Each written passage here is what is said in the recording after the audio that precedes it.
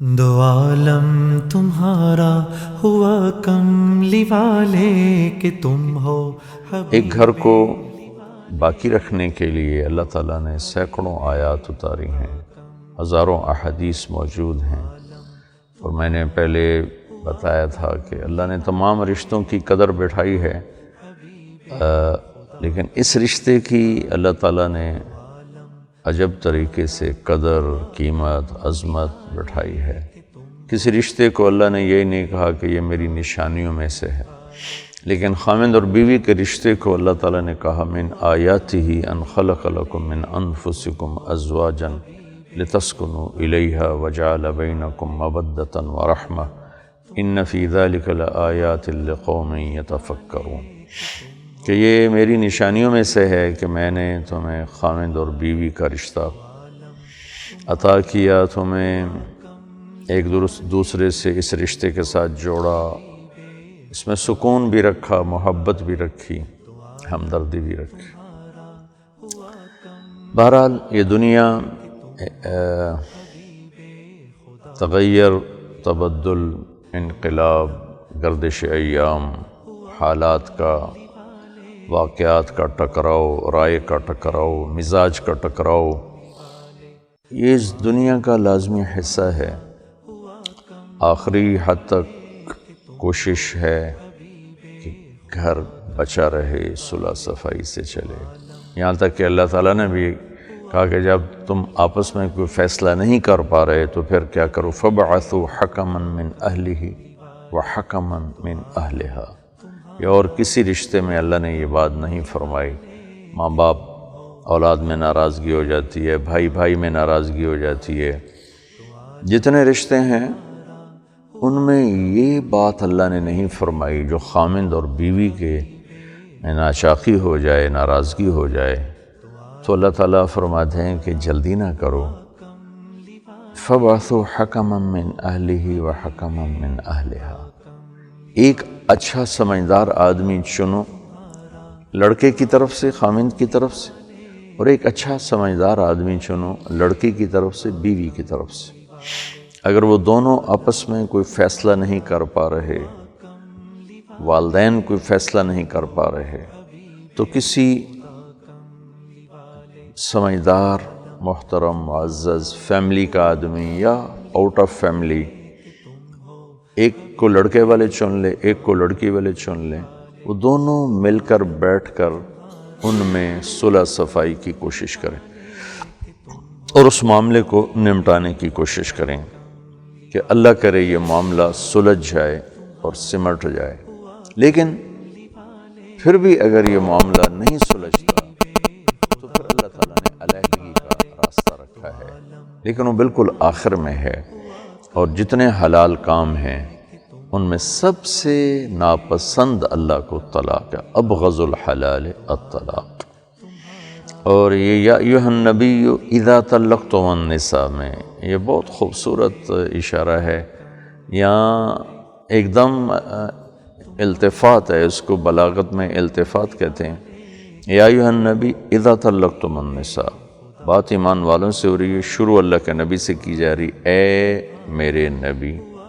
اور ایک دم جب تم اپنی بیویوں کو طلاق دینے لگو، تو یہ آپس میں عجیب سا لگتا ہے کہ بات اللہ اپنے نبی سے فرما رہے ہیں، پھر ایک دم ایمان والوں سے بات شروع فرما دیتے ہیں، اے نبی جب تم اپنی بیویوں کو طلاق دو۔ تو اس میں علماء نے یہ ایک خوبصورت اشارہ اس میں سمجھا ہے اور اس کو لکھا ہے کہ بات طلاق کی ہو رہی ہے تو اللہ اپنے نبی سے شروع فرما کر آپ کو سفارشی بنا رہے ہیں کہ آپ ان سے کہیں کہ یہ طلاق نہ دیں، اور اگر آپ یہ دینا ہی چاہتے ہیں تو طلقوہن لعدتہن واحصوا العدہ، تو پھر طلاق کو لڑائی کا اور نفرت کا اور آپس کی دشمنیوں کا سبب نہ بنایا جائے۔ یہ بھی ایک فطری چیز ہے، یہ بھی ایک اس کائنات کا لازمی حصہ ہے، اختلاف مزاج کا، عادات کا، طبیعت کا، ترجیحات کا۔ اگر نہیں نبھ رہی تو پھر خوبصورت طریقے سے علیحدگی کرنے کا حکم ہے۔ اسے لڑائی جھگڑا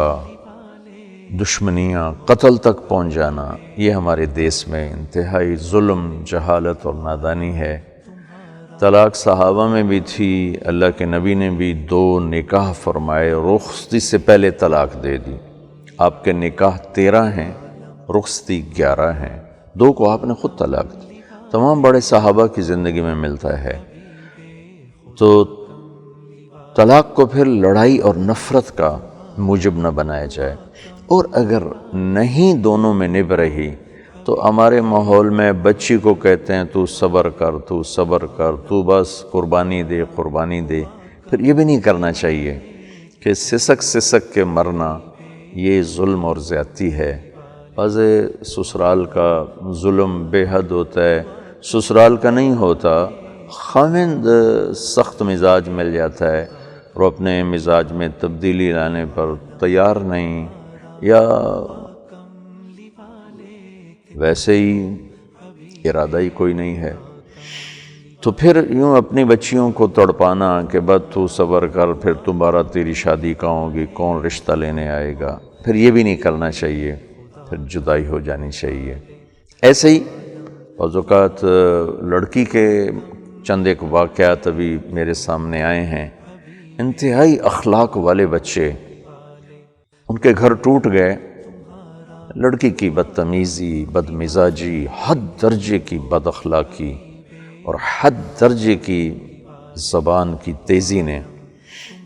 گھر توڑ دیا۔ اور میں جانتا ہوں ان بچوں کو، انتہائی اخلاق والے بچے، لیکن بے بس ہو گئے اور آخر علیحدگی ہونی پڑی۔ تو 100% اس میں بچی کی بد مزاجی اور بد اخلاقی۔ تو اس وقت لڑکے سے کہنا گزارا کر گزارا کر گزارا کر، بدنامی ہوگی، یہ بھی ٹھیک نہیں۔ پھر آسن طریقے سے علیحدہ ہونے کا حکم ہے، اور اس علیحدگی میں اس کو لڑائی نہ بنایا جائے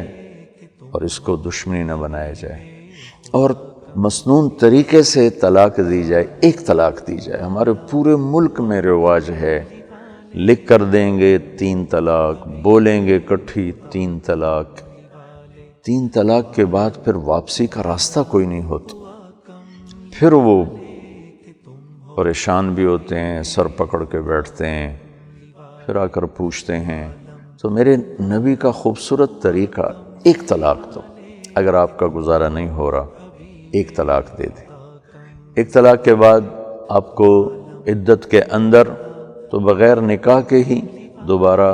گھر بسانے کی اجازت ہے، اور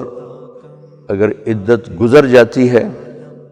تو آپ کو دوبارہ نکاح کر کے اپنا گھر بسانے کی اجازت ہے، لیکن 3 طلاق کے بعد تو آپ اپنے راستے بند کر لیتے ہیں، دروازے بند کر لیتے ہیں